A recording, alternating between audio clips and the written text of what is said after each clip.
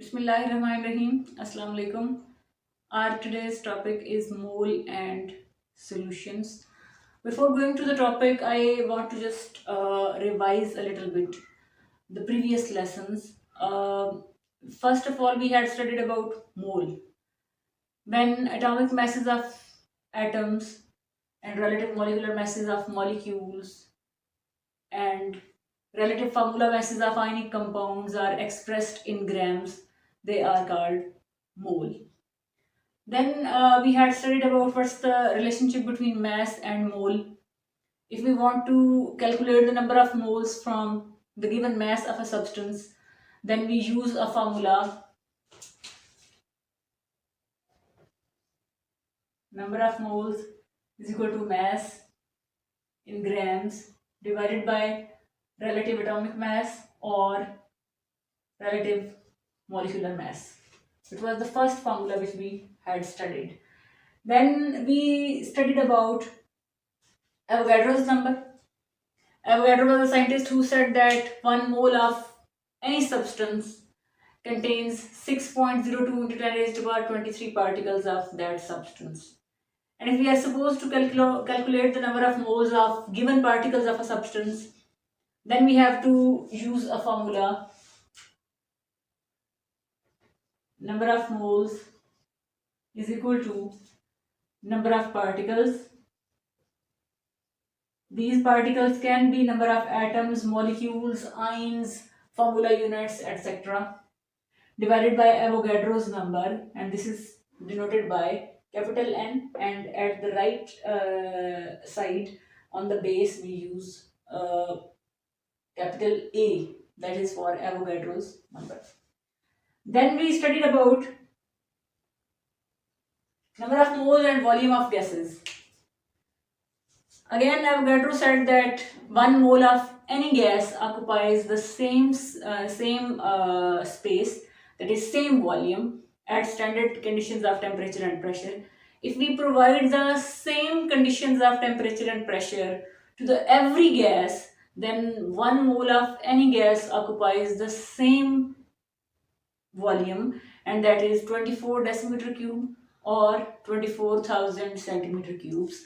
So if we are supposed to calculate the number of moles of a given volume of a gas, then we have to use the third formula. This is number of moles is equal to volume of gas divided by molar gas volume. Molar gas volume, volume of 1 mole of a gas. Molar mass, mass of 1 mole of a substance. Today we are going to study about mole and solutions. What is solution? आपने बहुत छोटी classes में पढ़ा होगा solutions के बारे में. जब 2 या 2 से ज्यादा चीजों को आपस में मिक्स किया जाए तो जो मिक्सचर बनता है बेसिकली उस मिक्सचर को हम सॉल्यूशन कहते हैं. लेकिन मिक्सचर की तो डिफरेंट टाइप्स होती हैं. अगर वो होमोजेनियस मिक्सचर है तो उसको हम सॉल्यूशन कहते हैं. अगर वो हेट्रोजीनियस मिक्सचर है तो उसको हम सस्पेंशन कहते हैं. सो वो एक अलग टॉपिक है, जब कहीं जिक्र हुआ तो इंशाल्लाह हम उसको डिटेल में पढ़ लेंगे. लेकिन सिंपली आपने ये याद रखना है कि a homogeneous mixture is called solution. लेकिन ये सॉल्यूशन है क्या, इसके डिफरेंट कंपोनेंट्स हैं. जनरली हम कहते हैं सॉल्यूशन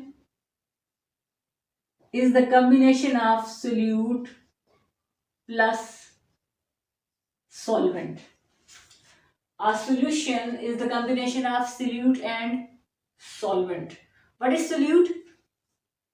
आपको डिफरेंट डेफिनेशंस मिलेंगी. छोटी क्लासेस में आपने पढ़ा होगा when a solid is dissolved in the liquid, the solid is called solute and the liquid is called solvent, and overall the mixture is called solution. But it's not a standard definition.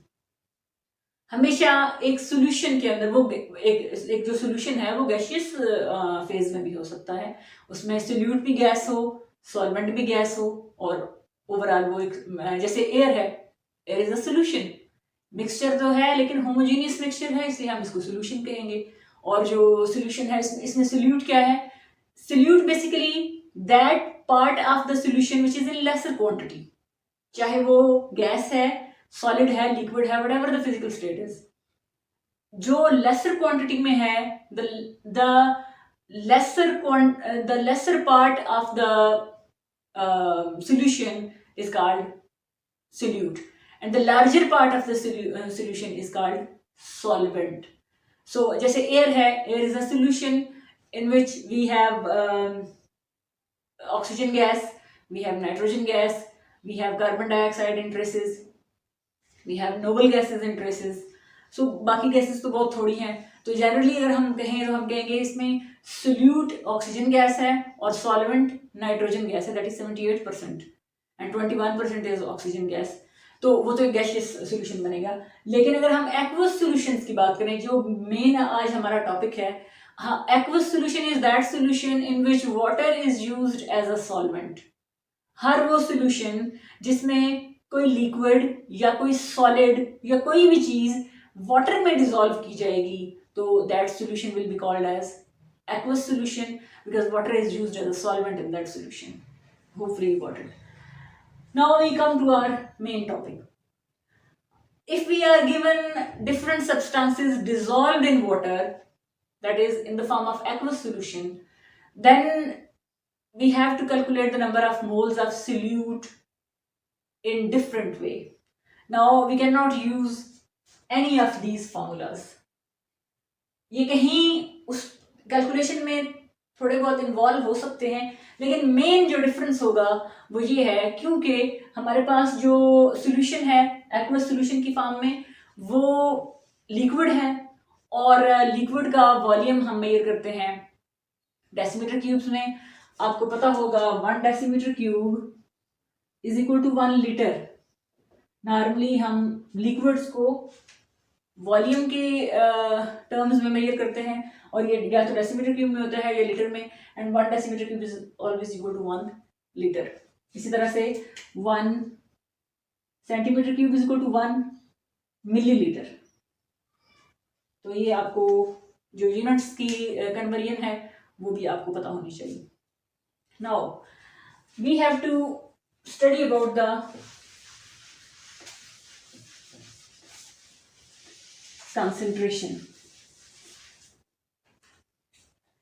If I say 1 mole of sodium hydroxide, 1 mole of sodium hydroxide, if we want to calculate its mass, you should know that sodium, relative atomic mass of sodium is 23, plus relative atomic mass of oxygen is 16, plus relative atomic mass of hydrogen is 1, and total 40. What should be the unit? Atomic mass unit are grams.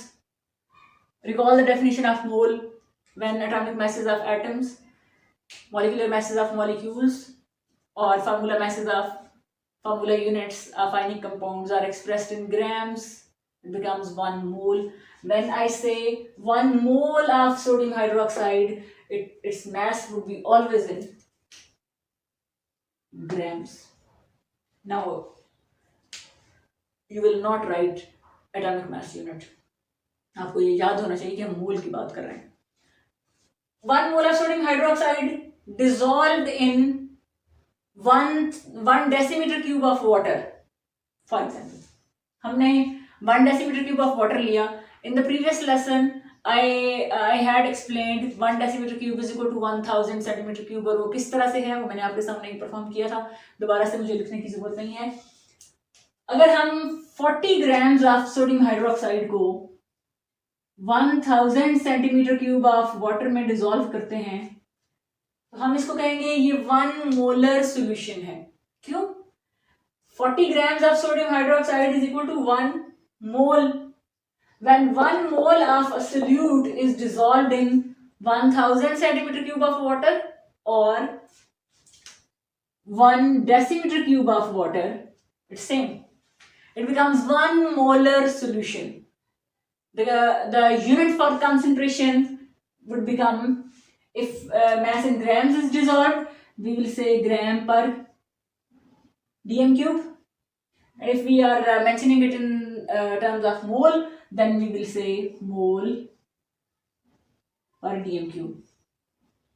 If we say 40 grams of sodium hydroxide dissolved in 1000 centimeter cube या 1 decimeter cube, तो इसको हम ग्राम पर dm cube में लिख सकते हैं concentration. और अगर हम मोल की बात कर रहे हैं, 1 mole of sodium hydroxide is dissolved in 1 decimetre cube of water, then it is mole per dm cube. Simple. Okay, if we have 0.5 moles of NaOH,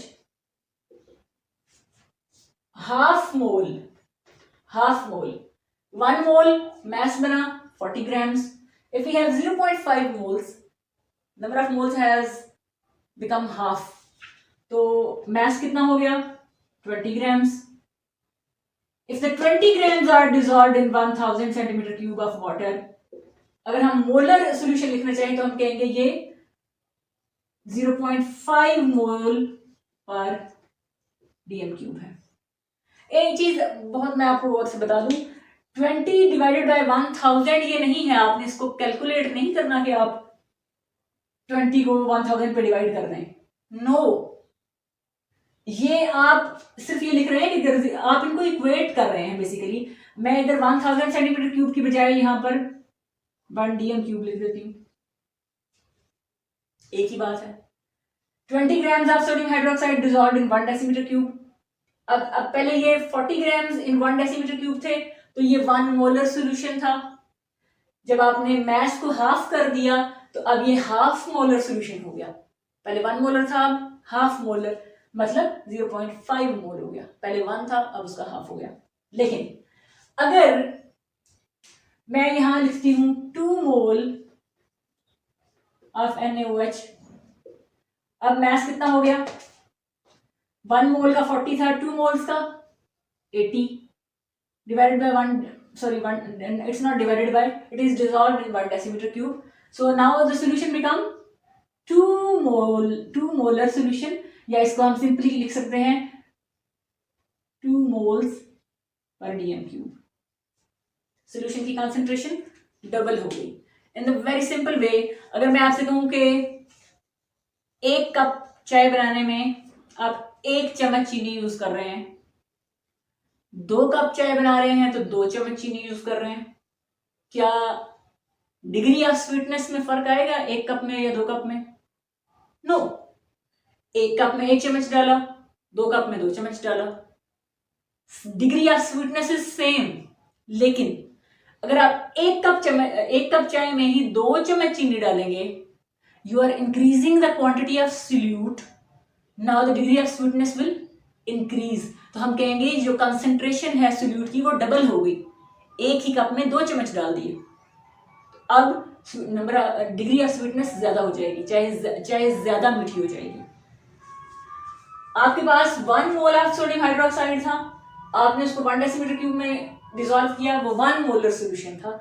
लेकिन जब आपने 2 मोल ऑफ सोडियम हाइड्रोक्साइड लिए in the same volume of solvent, that is 1 decimetre cube, अब आपका solution 2 molar solution होगा, उसकी concentration double हो जाएगी. Hopefully got it. लेकिन अगर आप नंबर ऑफ मोल्स हाफ कर रहे हैं, 1 कप चाय में आप हाफ चम्मच चीनी डाल रहे हैं, तो आप उसकी जो मिठास है, जो उसकी स्वीटनेस है, वो पहले से हाफ हो गई. इन द सेम वे, अगर आप एक सोल्यूशन बना रहे हैं सोडियम हाइड्रोक्साइड के, जिसमें आप 20 grams of sodium hydroxide dissolve कर रहे हैं, that is half mole of sodium hydroxide, so your solution will be called as 0.5 molar solution. लेकिन अगर आप 0.5 मोल्स ऑफ सोडियम हाइड्रोक्साइड को ही डिसॉल्व करते हैं 500 सेंटीमीटर क्यूब ऑफ वाटर में, 500 सेंटीमीटर क्यूब ऑफ वाटर का क्या मतलब है? Half litre. पहले 1 डेसीमीटर क्यूब था, यानी 1000 सेंटीमीटर क्यूब. जब आप 500 सेंटीमीटर क्यूब ले रहे हैं तो ये 0.5 डेसीमीटर क्यूब हो गया, 0.5 लीटर. तो आप 1 कप चाय में 1 चम्मच चीनी डालें या आधा चम्मच चीनी हाफ कप चाय में डालें, degree of sweetness will be same. 1 मोल को सोडियम हाइड्रोक्साइड के डिसॉल्व किया 1 डेसीमीटर क्यूब ऑफ सोल्यूशन में, तो वो 1 मोलर सोल्यूशन बना. Half mole of solute sodium hydroxide dissolved in half decimeter cube, 0.5 decimeter cube. The concentration of solution will be same and we will say this is 1 molar solution.